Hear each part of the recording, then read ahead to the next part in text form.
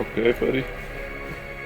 That may not have looked too exciting, but for further context, my friend tried Zesht without me, and his damage for his single flicker strike was 7 million without me.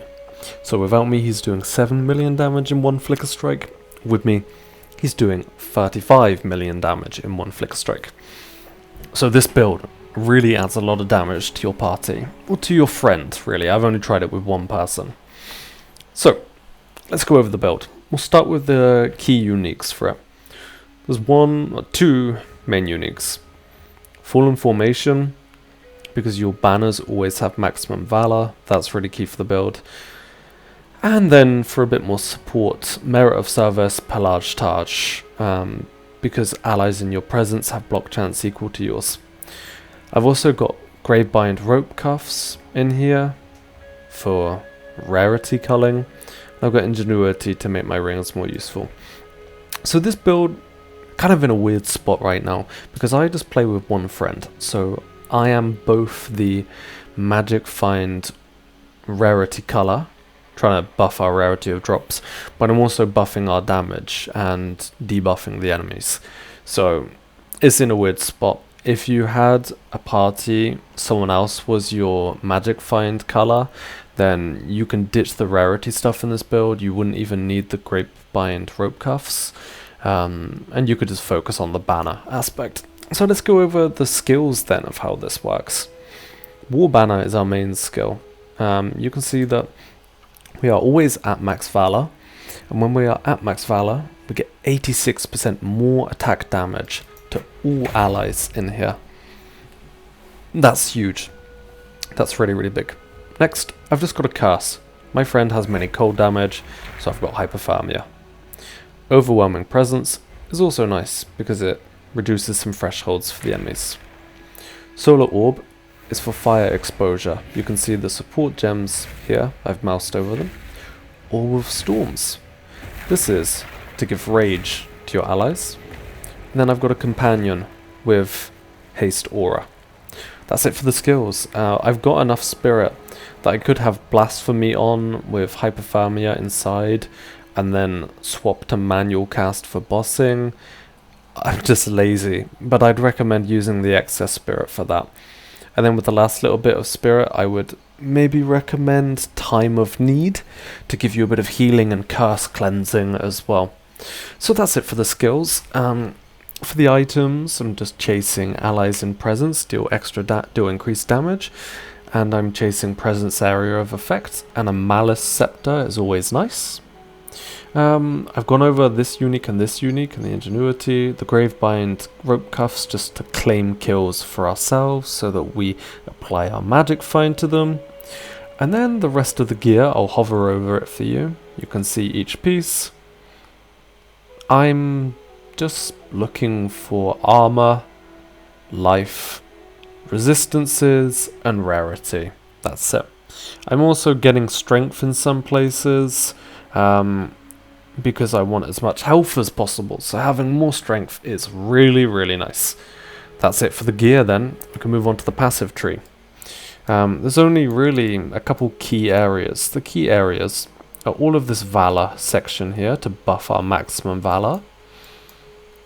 And then we're also getting some block chance nodes here, here, and here. That brings us up to 74% block chance with some jewels as well. Maximum elemental resistances here, those are nice. Loads of armor here and some strength, which is nice.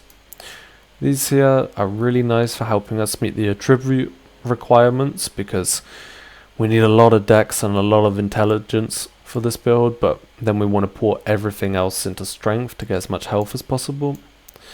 So I've gone over those. We've got the presence area and aura magnitude. We've got the aura magnitudes here. Area of effect, jewel, presence, spirit, jewel. Okay. Now, what's really nice about playing this build with Titan is the hulking form, because we're buffing these aura magnitudes. We are also buffing the increased valor a bit. Also buffing the banner aura magnitudes.